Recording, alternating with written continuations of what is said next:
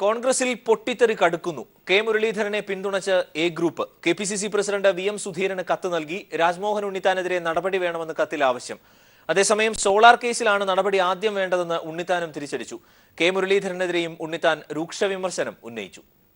K മുരളീധരന് മുന്നിൽ നിർത്തി VM. Sudheeran കടന്നാക്രമിക്കുകയാണ് A ഗ്രൂപ്പിന്റെ തന്ത്രം. മുരളീധരനെ വിമർശിച്ച രാജ്മോഹൻ ഉണ്ണിത്താനെതിരെ നടപടി വേണമെന്ന് എ ഗ്രൂപ്പ് നേതാക്കൾ വി.എം. സുധീരന് കത്തയച്ചു. വക്താവായിരുന്നുള്ള രാജ്മോഹൻ ഉണ്ണിത്താന്റെ വിമർശനം പാർട്ടി അറിഞ്ഞാണോ എന്ന് പ്രസിഡന്റ് വ്യക്തമാക്കണമെന്ന് കത്തിൽ ആവശ്യപ്പെടുന്നു. ഉണ്ണിത്താനെ വിമർശിച്ച് മുരളീധരൻ വീണ്ടും രംഗത്തെത്തി. ഞാൻ അതിനെയൊക്കെ പരമപുച്ഛത്തോടുകൂടിയിട്ടാണുള്ളത്. ഞാനൊരിക്കലും പാർട്ടിക്ക് ഒരിക്കലും ഞാൻ ചീത്തപ്പേരുണ്ടാക്കി കൊടുത്തിട്ടില്ല. എന്നെയൊന്നും ആരും ഒരു കേസിൽ മോറൽ ട്രാഫിക്കിന് എന്നെയൊന്നും ഇതുവരെ പ്രതിയാക്കിയിട്ടില്ല. എനിക്ക് പോലീസ് വണ്ടിയിൽ തലവലിച്ചിരിക്കേണ്ടി വന്നിട്ടില്ല. കടുത്ത വാക്കുകളിൽ മറുപടിയുമായി രാജ്മോഹൻ ഉണ്ണിത്താനും രംഗത്തെത്തി. സോളാർ ആരോപണത്തിലാണ് ആദ്യം നടപടി വേണ്ടതെന്ന് ഉമ്മൻചാണ്ടിയെ ലക്ഷ്യമിട്ട് ഉണ്ണിത്താൻ തുറന്നടിച്ചു. ഈ ചിത്രം കണ്ടപ്പോഴാണ് ഞങ്ങളുടെയൊക്കെ തൊലി പൊളിഞ്ഞു പോയത്. ശ്രീ കെ കരുണാകരൻ്റെ ശ്രാദ്ധം നടക്കുമ്പോൾ മകൻ ഷാർജയിൽ പല്ലലിച്ചു നിൽക്കുന്ന ചിത്രമാണിത്. പിണറായി വിജയനോടൊപ്പം എങ്ങനെ ഒരു കോൺഗ്രസ്സുകാരന് സഹിക്കാൻ പറ്റും? നോക്കെ കോട്ടും ഷൂട്ടും ഒക്കെ ഇട്ട് പിണറായി വിജയനോടൊപ്പം അദ്ദേഹം സന്തോഷിക്കുകയാണ് അദ്ദേഹത്തിൻ്റെ പിതാവിൻ്റെ ശ്രാദ്ധ ദിനത്തിൽ. സോളാർ കേസിൽ ഇവിടെ കുറേ ആളുകൾക്കെതിരെ ഒരു പെൺകുട്ടി പറഞ്ഞല്ലോ അവളെ മാനഭംഗപ്പെടുത്തിയെന്ന്, അവിടെ കാശ് തട്ടിയെടുത്തെന്ന്. ഈ പാർട്ടി എത്ര പേർക്കെതിരെ അന്വേഷണം വെച്ചു? എത്ര പേരെ പാർട്ടി സസ്പെൻഡ് ചെയ്തു? ഈ പെൺകുട്ടി പറയുന്നത് ശരിയാണോ ഇല്ലയോ എന്ന് പരിശോധിക്കാൻ ഏതെങ്കിലും ഒരു അന്വേഷണം ഈ പാർട്ടി നടത്തിയോ? അപ്പോൾ ഒരു പാർട്ടിക്കകത്ത് രണ്ട് കച്ചവടമാണ്, ഒരു ത്രാസിൽ രണ്ട് കച്ചവടമാണ്. പരസ്യ പ്രസ്താവനകൾ ഒഴിവാക്കുന്നതിന് രമേശ് ചെന്നിത്തല നടത്തിയ നീക്കം ഇതുവരെ വിജയം കണ്ടിട്ടില്ല. News bureau, Thiruvananthapuram. സംസ്ഥാനത്ത് പ്രതിപക്ഷത്തിന്റെ പ്രവർത്തനം നടക്കുന്നില്ലെന്ന് കോൺഗ്രസ് നേതാവ് കെ മുരളീധരന്റെ പ്രസ്താവനയ്ക്ക് പിന്തുണയുമായി മുസ്ലിം ലീഗ് നേതാക്കൾ രംഗത്തെത്തി. അതേസമയം കെ മുരളീധരന്റെയും മുസ്ലിം ലീഗിന്റെയും വിമർശനങ്ങളെയും അഭിപ്രായത്തെയും പോസിറ്റീവായി എടുക്കുകയാണെന്ന് പ്രതിപക്ഷ നേതാവ് രമേശ് ചെന്നിത്തല വ്യക്തമാക്കി. ജനുവരി 3-ന് UDF യോഗം ചേർന്ന് സർക്കാരിനെതിരെയുള്ള പ്രക്ഷോഭ പരിപാടികൾ ചർച്ച ചെയ്യുമെന്നും രമേശ് ചെന്നിത്തല വാർത്താ സമ്മേളനത്തിൽ അറിയിച്ചു. പ്രതിപക്ഷത്തിന്റെ പ്രവർത്തനത്തെക്കുറിച്ച് Muslim League general secretary KPA Majeed നടത്തിയ പ്രസ്താവന ഇങ്ങനെ: നിയമസഭയിൽ നല്ല സ്ട്രോങ് ആയിട്ട് UDF സജീവമായി നിലകൊണ്ടു. ആ രീതിയിൽ തന്നെ മുന്നോട്ട് പോകേണ്ടതുണ്ട്. ധാരാളം പ്രശ്നങ്ങൾ അഭിമുഖീകരിക്കുന്നുണ്ട്. ഒരു സംഗതി കൂടുമ്പോഴേ പറയാൻ പറ്റുള്ളൂ. ഓരോ കക്ഷികളും കക്ഷി നേതാക്കന്മാർ നിലപാട് പറഞ്ഞു. കോൺഗ്രസ് നിലപാട് പറഞ്ഞിട്ടുണ്ട്, ലീഗ് പറഞ്ഞിട്ടുണ്ട്, ഘടകകക്ഷിയെ പറഞ്ഞിട്ടുണ്ട്. കൂട്ടായതിനെ പറ്റി നമ്മൾ ആ സമയത്ത് തീരുമാനിക്കേണ്ടതാണ്.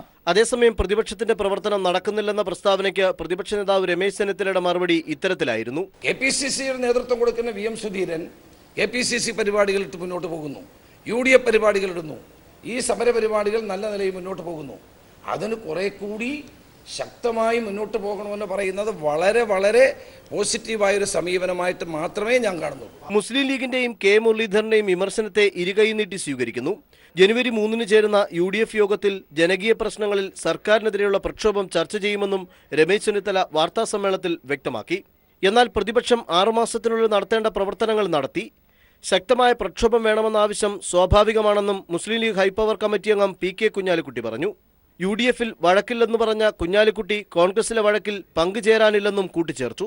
ഞാൻ ആ വഴക്കിലൊന്നും പങ്കുചേരാനില്ല. മധ്യസ്ഥ വഹിക്കാൻ മാത്രമുള്ള പ്രശ്നങ്ങളൊന്നുമില്ല. 3-ാം തീയതി യോഗം ചേർന്നാൽ തീരാവുന്ന പ്രശ്നങ്ങളെ UDF-ലുള്ളൂ. കൂടുതൽ ശക്തമായ പ്രക്ഷോഭം എന്നൊക്കെയുള്ള അഭിപ്രായങ്ങൾ ഉയർന്നു വരുന്നുണ്ട്. അതേസമയം കെ മുരളീധരന്റെ പ്രസ്താവനയ്ക്ക് പിന്തുണയുമായാണ് RSPയും രംഗത്തെത്തിയത്. News bureau, Thiruvananthapuram. യമനിൽ ഭീകരർ തട്ടിക്കൊണ്ടുപോയ മലയാളി വൈദികൻ ഫാദർ ടോം ഉഴുന്നാലിന്റെ മോചനത്തിനായി സാധ്യമായതെല്ലാം ചെയ്യുമെന്ന് വിദേശകാര്യ മന്ത്രി സുഷമ സ്വരാജ്. സഹായം അഭ്യർത്ഥിക്കുന്ന ഫാദർ ടോം ഉഴുന്നാലിന്റെ വീഡിയോ ദൃശ്യങ്ങൾ കണ്ടുവെന്നും എല്ലാ ഇന്ത്യക്കാരുടെയും ജീവൻ സർക്കാരിന് ഒരുപോലെ വിലപ്പെട്ടതാണെന്നും സുഷമ സ്വരാജ് ട്വീറ്റ് ചെയ്തു. കഴിഞ്ഞ മാർച്ച് മാസം യമനിലെ ഏദനിൽ നിന്നും ഭീകരർ തട്ടിക്കൊണ്ടുപോയ ഫാദർ ടോം ഉഴുന്നാലിൽ മോചനത്തിനായി സഹായം അഭ്യർത്ഥിക്കുന്ന വീഡിയോ ദൃശ്യങ്ങൾ ഇന്നലെ പുറത്തു വന്നിരുന്നു. ഇത് ശ്രദ്ധയിൽപ്പെട്ടതിനെ തുടർന്നാണ് വിദേശകാര്യമന്ത്രി സുഷമ സ്വരാജ് ട്വിറ്ററിലൂടെ പ്രതികരിച്ചത്. ഫാദർ ടോം ഉഴുന്നാലിന്റെ മോചനത്തിനായി സർക്കാർ എല്ലാ ശ്രമവും തുടരുകയാണ്. എല്ലാ ഇന്ത്യക്കാരുടെയും ജീവൻ സർക്കാരിന് ഒരുപോലെ വിലപ്പെട്ടതാണെന്നും സുഷമ സ്വരാജ് വ്യക്തമാക്കി. ഫാദറിന്റെ മോചനത്തിനായി സൗദി അറേബ്യ ഉൾപ്പെടെയുള്ള രാജ്യങ്ങളുമായും യമനിലെ പ്രാദേശിക ഭരണകൂടവുമായും നിരന്തരം ബന്ധപ്പെടുന്നുണ്ടെന്ന് വിദേശകാര്യ വക്താവ് വികാസ് സ്വരൂപ് ഇന്നലെ അറിയിച്ചിരുന്നു. തന്റെ മോചനത്തിനായി കേന്ദ്ര സർക്കാരും കത്തോലിക്ക സഭയും ആവശ്യമായ ഇടപെടൽ നടത്തുന്നില്ല എന്നായിരുന്നു വീഡിയോ സന്ദേശത്തിൽ ഫാദർ ടോം ഉഴുന്നാലിൽ കുറ്റപ്പെടുത്തിയത്. ഇന്ത്യക്കാരനായതുകൊണ്ടാണ് തനിക്ക് ഈ ഗതി വന്നതെന്നും വീഡിയോയിൽ പറയുന്നുണ്ട്. ആരോഗ്യം മോശമാണെന്നും വൈദ്യസഹായം വേണമെന്ന അഭ്യർത്ഥനയും 5 മിനിറ്റിലേറെ ദൈർഘ്യമുള്ള വീഡിയോ സന്ദേശത്തിലുണ്ട്. News bureau, Dilli. Father Tom ഉഴുന്നാലിന്റെ മോചനത്തിനായി കേന്ദ്ര സർക്കാർ കഴിയുന്നതെല്ലാം ചെയ്യുമെന്ന് കേന്ദ്രമന്ത്രി മുക്താർ അബ്ബാസ് നഖ്വി. സിറോ മലബാർ സഭ മേജർ ആർച്ച് ബിഷപ്പ് കർദിനാൾ മാർ ജോർജ് ആലഞ്ചേരിയുമായി കൊച്ചിയിൽ കൂടിക്കാഴ്ച നടത്തിയ ശേഷം മാധ്യമങ്ങളോട് സംസാരിക്കുകയായിരുന്നു കേന്ദ്രമന്ത്രി. ടോം ഉഴുന്നാലിന്റെ മോചനത്തിന് ശ്രമിക്കുമെന്ന് മന്ത്രി അറിയിച്ചതായി കർദിനാൾ ആലഞ്ചേരിയും പറഞ്ഞു. Get me released and save my life.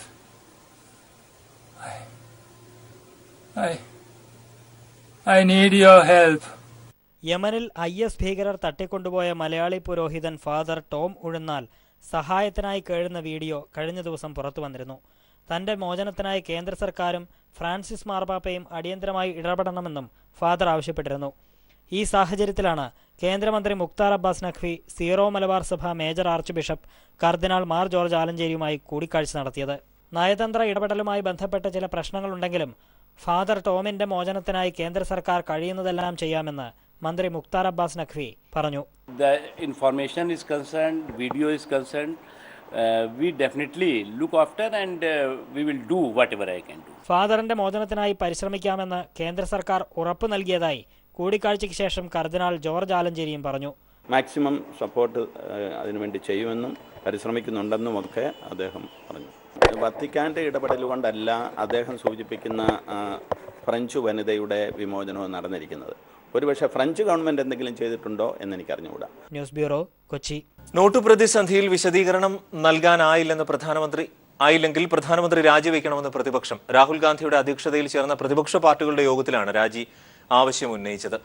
ഇടത് പാർട്ടികൾ യോഗത്തിൽ നിന്ന് വിട്ടുവന്നു. പ്രധാനമന്ത്രി രാജിവെക്കുന്നതുവരെ രാജ്യവ്യാപക പ്രതിഷേധം നടത്തുമെന്നും സംയുക്ത പ്രസ്താവന. അതേസമയം നീതി ആയോഗിലെ സാമ്പത്തിക വിദഗ്ധരുമായി പ്രധാനമന്ത്രി ചർച്ച നടത്തി. നോട്ടു പ്രതിസന്ധിയിൽ LDF നടത്തുന്ന മനുഷ്യചങ്ങല വൻ വിജയമാക്കണമെന്ന് കൺവീനർ വൈക്കം വിശ്വൻ. മനുഷ്യചങ്ങല കേന്ദ്ര സർക്കാരിന് താക്കീതായി മാറുമെന്നും വൈക്കം വിശ്വൻ പ്രസ്താവനയിൽ പറഞ്ഞു. രാജ്ഭവൻ മുതൽ കാസർഗോഡ് ടൗൺ വരെയാണ് മനുഷ്യചങ്ങല. വ്യാഴാഴ്ച വൈകിട്ട് 5 മണിക്ക് 700 കിലോമീറ്റർ നീളത്തിൽ മനുഷ്യചങ്ങല തീർക്കും.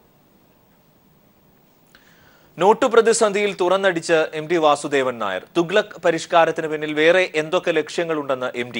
കറൻസിയിൽ തൊട്ട രാജ്യങ്ങൾ നശിച്ച ചരിത്രമേ ഉള്ളൂവെന്നും MD വാസുദേവൻ നായർ.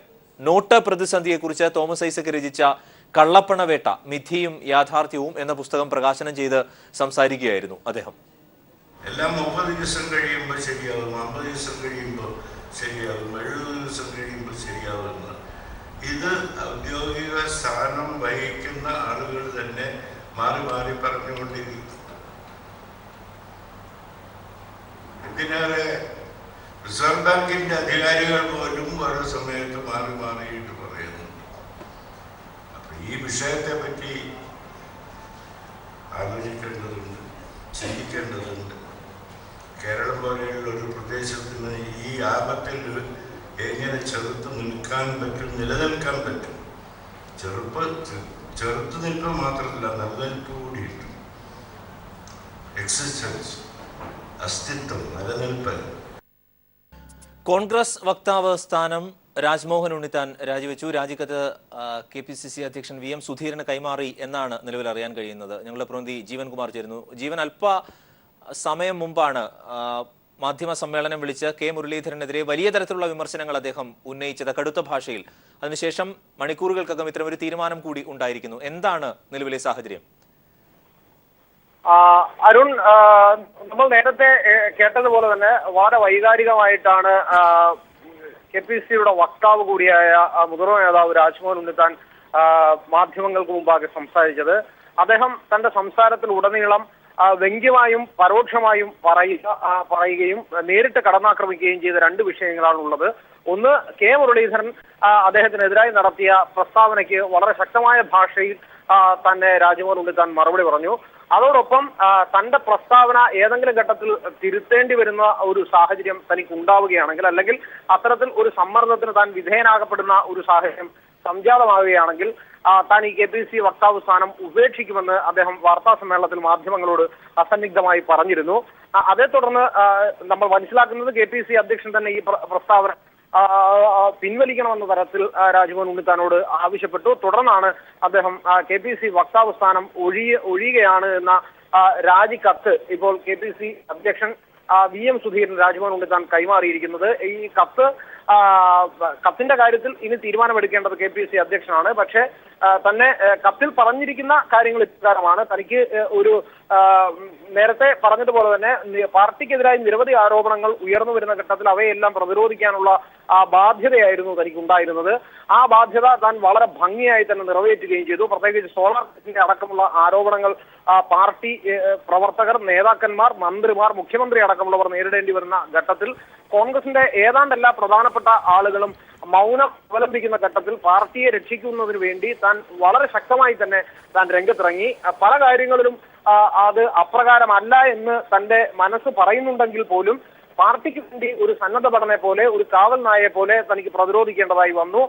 എന്നാൽ ഇപ്പോൾ ആ സ്ഥാനം അന്ന് തന്നെ പലരും തന്നോട് പറഞ്ഞിരുന്നതാണ്, എന്തിനാണ് ഇത്തരത്തിൽ ഒരു വക്താവിന്റെ പദവി വഹിച്ചുകൊണ്ട് നടക്കുന്നത് എന്ന് തന്നോട് തന്നെ ചോദിച്ചിരുന്നു.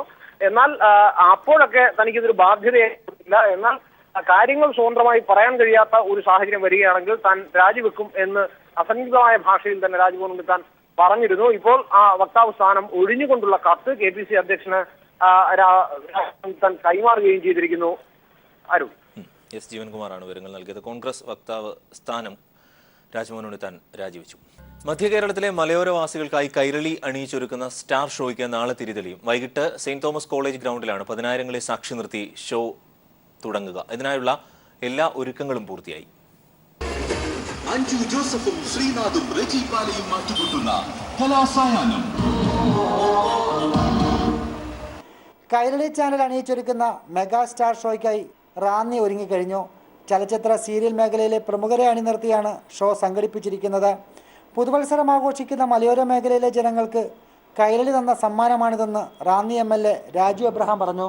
റാന്നിയിലെ ജനങ്ങൾ മുഴുവൻ രാഷ്ട്രീയ ഭേദമന്യേ, ജാതിമത ഭേദമന്യേ ഈ മെഗാ ഷോയെ വരവേൽക്കാനുള്ള തയ്യാറെടുപ്പുകൾ എല്ലാം നടത്തി കഴിഞ്ഞിരിക്കുകയാണ്. റെമി ടോമി, റോമ, രമേശ് പിഷാരടി തുടങ്ങി 100-ലധികം വരുന്ന കലാകാരന്മാരാണ് ഷോയിൽ അണിനിരക്കുക. പ്രവേശനം സൗജന്യമാണെങ്കിലും പാസ് മൂലം ഇത് നിയന്ത്രിച്ചിരിക്കുകയാണെന്ന് കൺവീനർ റോഷൻ റോയ് മാത്യു പറഞ്ഞു. സൗജന്യ പാസുകൾ ഉണ്ടെങ്കിലും അവർക്കെല്ലാം ഇരിക്കാനുള്ള ഇരിപ്പിടം അറേഞ്ച് ചെയ്തിട്ടുണ്ട്. 4 മണിക്കൂർ നീണ്ടു നിൽക്കുന്ന സ്റ്റേജ് പ്രോഗ്രാമിന്റെ അവസാനവട്ട പരിശീലനം പൂർത്തിയായി. സ്റ്റേജ് ഷോയുടെ പൂർണ്ണരൂപം പുതുവത്സര ദിനത്തിൽ കൈരളി TV സംപ്രേഷണം ചെയ്യും. മലയോര മേഖലയെ ഇളക്കിമറിക്കുന്ന തരത്തിലുള്ളൊരു മെഗാ ഷോയ്ക്കാണ് കൈരളി TV ഒരുങ്ങുന്നത്. ഇതിനായുള്ള ഒരുക്കങ്ങളെല്ലാം പൂർത്തീകരിച്ചു കഴിഞ്ഞു. റാന്നി സെന്റ് തോമസ് കോളേജ് ഗ്രൗണ്ടിൽ നിന്നും ക്യാമറാമാൻ രതീഷ് രാജിനൊപ്പം ഷാജഹാൻ. പുതുവത്സരാഘോഷത്തോടനുബന്ധിച്ചുള്ള DJ പാർട്ടികൾക്ക് കൊച്ചിയിൽ നിരോധനം. പൂർണ്ണ വെളിച്ചത്തിൽ 12:30 വരെ നീളുന്ന സംഗീത പരിപാടികൾ നടത്താൻ ഹോട്ടൽ റിസോർട്ട് ഉടമകൾക്ക് പോലീസ് അനുമതി നൽകി. ഹോട്ടലുകളിലും റിസോർട്ടുകളിലും നടക്കുന്ന പുതുവത്സരാഘോഷം പൂർണ്ണ വെളിച്ചത്തിലും എല്ലാ പ്രായത്തിലുള്ളവർക്കും പങ്കെടുക്കാവുന്നതുമായിരിക്കണം. മയക്കുമരുന്ന് ഉപയോഗം നടക്കുന്നില്ല എന്ന് ഹോട്ടൽ റിസോർട്ട് ഉടമകൾ ഉറപ്പുവരുത്തണമെന്നും Kochi city commissioner MP Dinesh നിർദ്ദേശിച്ചു. ഹൗസ് ബോട്ടുകളിലും ദ്വീപുകളിലും നടക്കുന്ന ആഘോഷ പരിപാടികൾ നിരീക്ഷിക്കുമെന്നും അദ്ദേഹം പറഞ്ഞു. ഒന്നാമത് DJ പാർട്ടി എന്ന് പറഞ്ഞിട്ടില്ല. കാരണം അത് മ്യൂസിക്കൽ പാർട്ടീസൊക്കെ അവർക്ക് നടത്താമെന്നുള്ളത് നമ്മൾ പറഞ്ഞിട്ടുണ്ടായിരുന്നു. കാരണം DJ പാർട്ടി എന്ന് പറഞ്ഞാൽ ഇരുട്ടത്ത് നടത്തുന്ന ഒരു പാർട്ടിയാണ് ശരിക്കും. ഫാമിലിയിൽ എന്ന് പറയുകയാണെങ്കിൽ കൊച്ചുകുട്ടി മുതൽക്ക് ഏറ്റവും പ്രായമായ എന്ന് പറയുകയാണെങ്കിൽ വീട്ടിലെ പ്രായമായ മെമ്പർ കൂടി കുടുംബസമേതം പങ്കെടുക്കാവുന്ന പാർട്ടികൾ നടത്തുന്നതിന് വിരോധമില്ല എന്ന് പറഞ്ഞിട്ടുണ്ടായിരുന്നു. അത് പ്രോപ്പർ ലൈറ്റിംഗ് ഉണ്ടായിരിക്കണം. കാരണം ഡിം ലൈറ്റിലായിരിക്കില്ല. അതേപോലെ CCTVയുടെ സർവൈലൻസ് ഉണ്ടായിരിക്കണം. പാർട്ടി എന്ന് പറഞ്ഞാൽ 12 മണിയാകുമ്പോഴേക്കും എല്ലാ പാർട്ടിയും ക്ലോസ് ചെയ്ത് 1 മണിയാകുമ്പോഴേക്കും വന്ന ആൾക്കാരെ ഡിസ്പേഴ്സ് ചെയ്യണം. മദ്യം അബ്കാരിയുടെ റൂൾസ് പ്രകാരം എത്ര നേരം സർവ് ചെയ്യാന്ന് വെച്ചാൽ ഇത് പ്രകാരം ചെയ്യാറ് ശരിക്കും അബ്കാരി ആക്ട് പ്രകാരം. പോലീസിന്റെ നിർദ്ദേശങ്ങൾ കർശനമായി പാലിക്കുമെന്ന് ഹോട്ടൽ റിസോർട്ട് ഉടമകൾ വ്യക്തമാക്കി. ലോ ആൻഡ് ഓർഡർ തകർത്തുകൊണ്ടുള്ള ഒരു പരിപാടിക്കും ഹോട്ടൽസ് നിൽക്കുകയില്ല. ഞങ്ങളുടെ സൈഡിൽ നിന്ന് ഒരു ബുദ്ധിമുട്ടും ഉണ്ടാവേയില്ലെന്നുള്ളതാണ് ഇപ്പോഴത്തെ മീറ്റിംഗിലുള്ള തീരുമാനം. പുതുവത്സരാഘോഷ പരിപാടികളിൽ വൻതോതിൽ മയക്കുമരുന്ന് ഉപയോഗം നടക്കുമെന്ന ഇന്റലിജൻസ് റിപ്പോർട്ടിന്റെ അടിസ്ഥാനത്തിലായിരുന്നു പോലീസ് ഹോട്ടൽ റിസോർട്ട് ഉടമകളുടെ യോഗം വിളിച്ചത്. News bureau.